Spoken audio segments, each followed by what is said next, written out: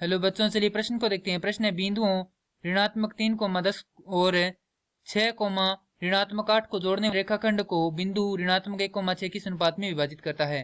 तो प्रश्न को हल करें उससे पहले जो प्रश्न की मुख्य अवधारणा है उस पर विचार कर लेते हैं।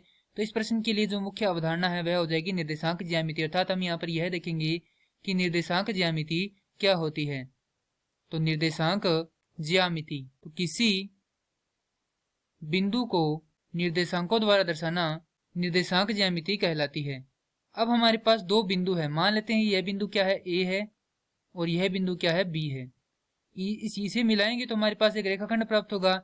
इस रेखाखंड को कोई बिंदु सी यहाँ पर प्रतिच्छेद कर रहा है, तो हमें बताना है कि यह इस रेखाखंड ए बी को किस अनुपात में विभाजित करता है। तो मान लेते हैं अनुपात क्या है, के अनुपात 1 है। तो यहाँ पर लिखेंगे माना m1 अनुपात m2 बराबर है के अनुपात 1।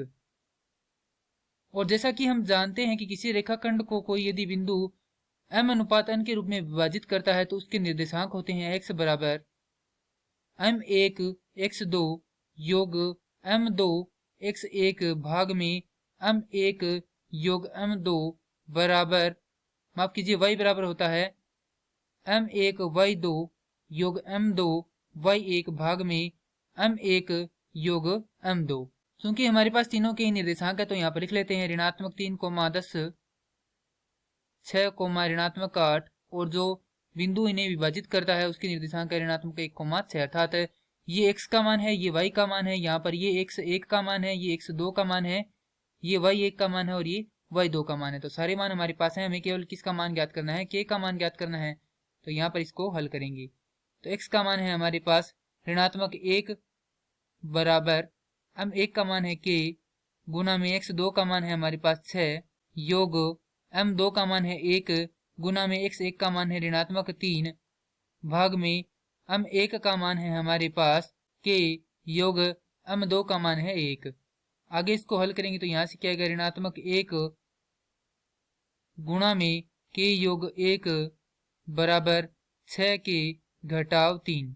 हल करेंगे तो यहाँ से आ जाएगा ऋणात्मक k घटाव 1 बराबर 6 के घटाव 3। हल करेंगे तो ये हो जाएगा इस प्रकार से, यहाँ से k को क्या कर देंगे, इधर पक्षांतरित कर देंगे और 3 को क्या कर देंगे, इधर पक्षांतरित कर देंगे। तो हमारे पास आएगा 3 घटाव 1 बराबर 6 के योग k। तो 2 बराबर 7 के, तो k का मान यहाँ से हमारे पास आ जाएगा 2/7। तो यदि हम ये k का मान यहाँ पर रखते हैं तो हमारे पास आ जाएगा 2:7, अर्थात जो दिया गया बिंदु है वह इस रेखाखंड को 2:7 के रूप में विभाजित करता है। और ये जो k का मान है हम यहाँ से y से भी ज्ञात कर सकते हैं, अतः हमारे पास जो अनुपात है वह आ जाता है 2:7। मैं आशा करता हूँ कि यह प्रश्न आपको समझ में आया होगा। धन्यवाद।